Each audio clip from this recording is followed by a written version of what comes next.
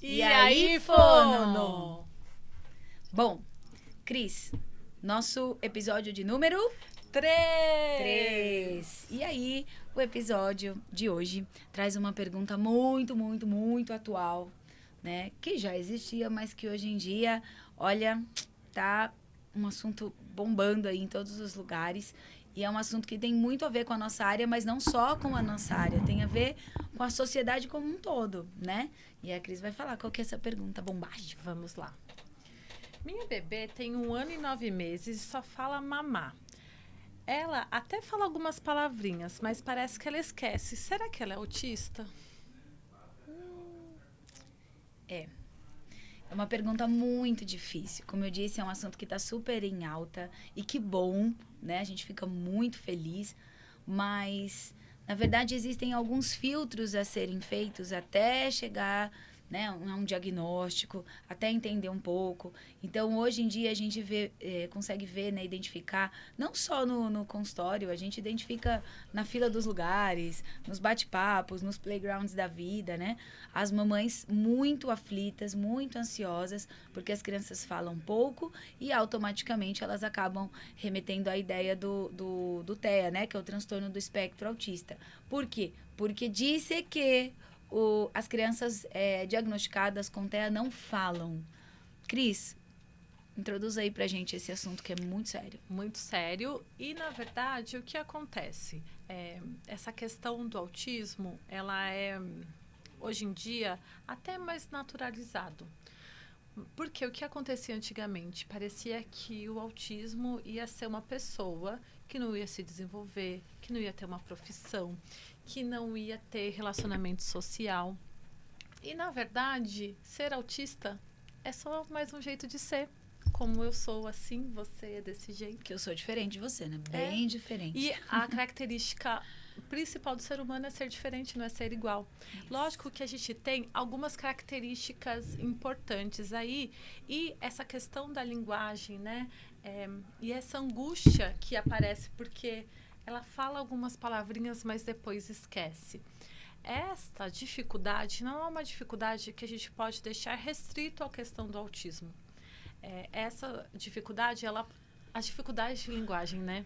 Elas são várias. Então, é importante a gente conseguir, primeiro, diferenciar isso. E qual é a primeira forma que a gente tem que diferenciar isso? Nós precisamos naturalizar, ter essas conversas com os pediatras, né? Os pediatras são as pessoas que estão acompanhando a criança na toda a questão do desenvolvimento. E a Sociedade Brasileira de Pediatria, ela preconiza o uso de um protocolo, eu vou dizer assim, que é de rastreio. O que é um teste de rastreio, Van? É um teste que serve para dizer se há possibilidade de ter TEA ou não, que é o MCHAT. O MCHAT é um teste que não é restrito aos médicos usarem, né? Os profissionais da saúde podem usar, os professores podem usar. E ele diz de vários aspectos. Vários aspectos que não dizem só da questão da linguagem, dizem da questão do comportamento da criança, das questões sensoriais que fazem todo sentido. Então, a gente não pode reduzir o diagnóstico de TEA a um atraso na linguagem, ou a criança falar uma palavra e depois não falar mais. Por que às vezes uma criança fala uma palavra e depois ela não fala mais? Por quê?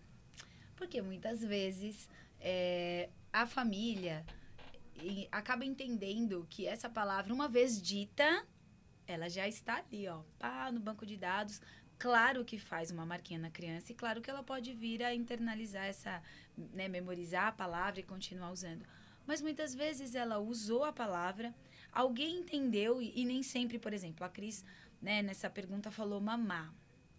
E se ela usar ao invés de um A, ela usar um A?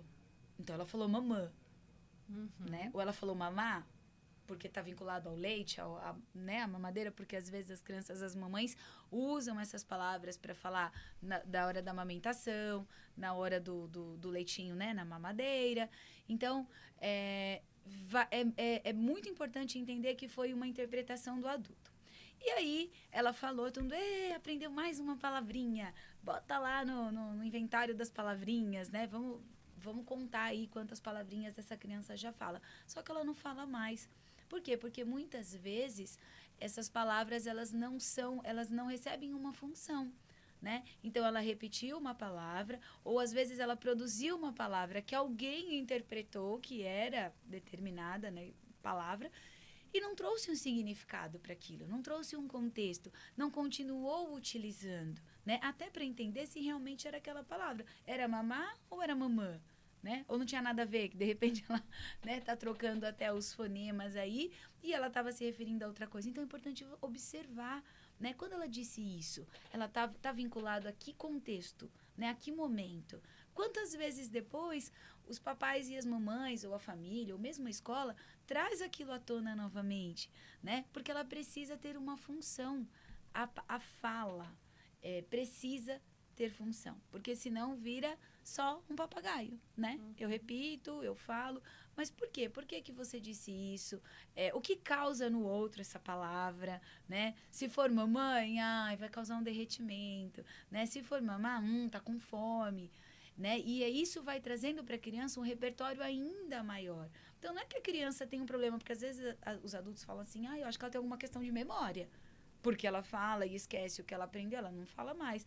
É claro que nos casos do transtorno do espectro autista, existe a possibilidade da criança ter um indício de fala e depois regredir, né? Acontece sim. Mas nesse caso é importante saber que a criança, ela não fala a palavra uma vez e acabou, já está ali e ela vai lembrar para sempre. Ela precisa que essa palavra venha à tona de uma forma significativa, muitas vezes trazendo uma memória afetiva para aquela palavra, né? Ela precisa ver os adultos reproduzindo essa palavra também, né, Cris? E tem uma coisa que é importante, né? Nesse caso de esquecer as palavras. A gente fica muito preso à questão do diagnóstico de TEA. É TEA, é autista.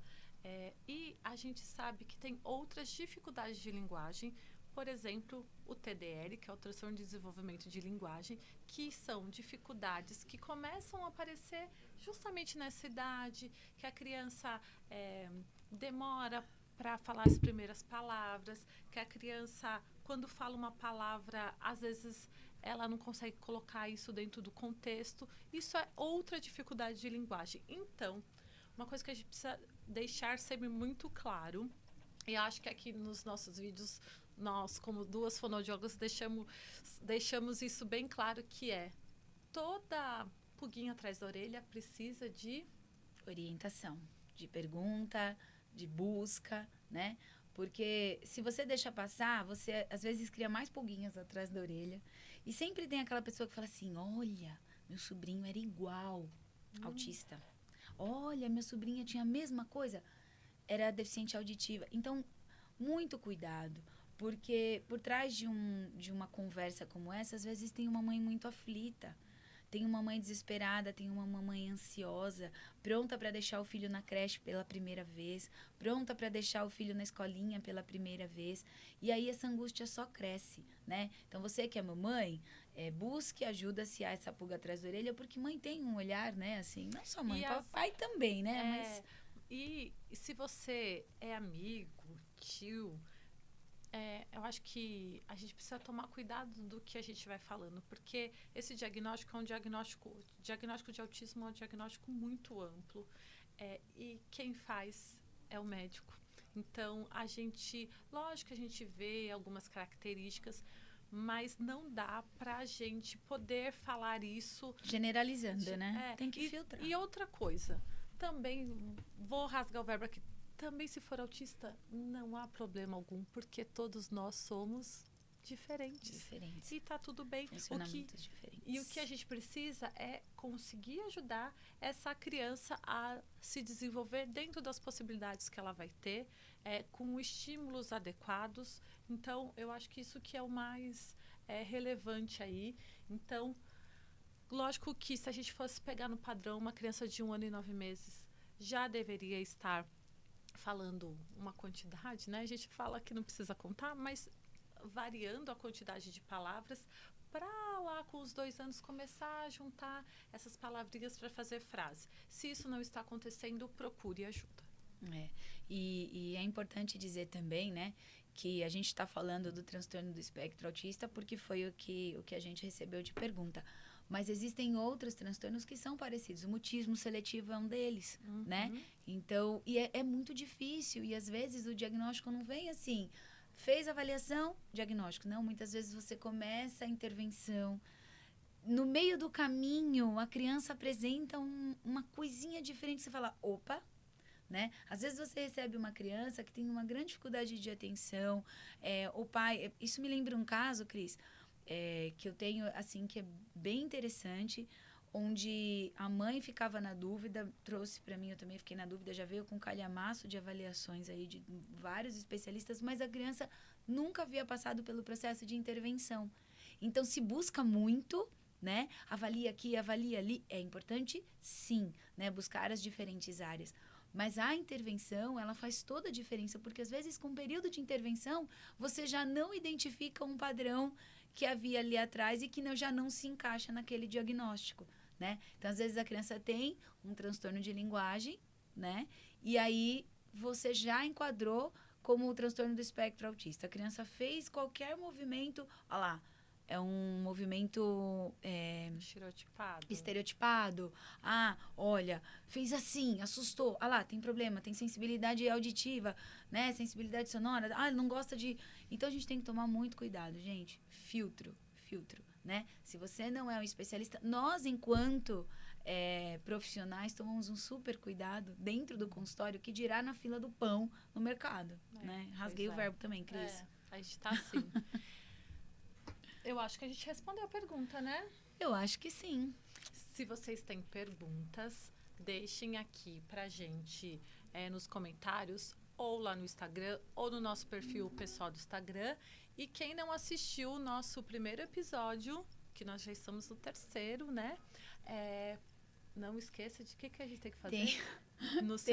Tem o link na descrição. Porque no episódio anterior, ninguém me corrigiu, porque também não dá para fazer isso, né? E eu falei a descrição do link, mas não é.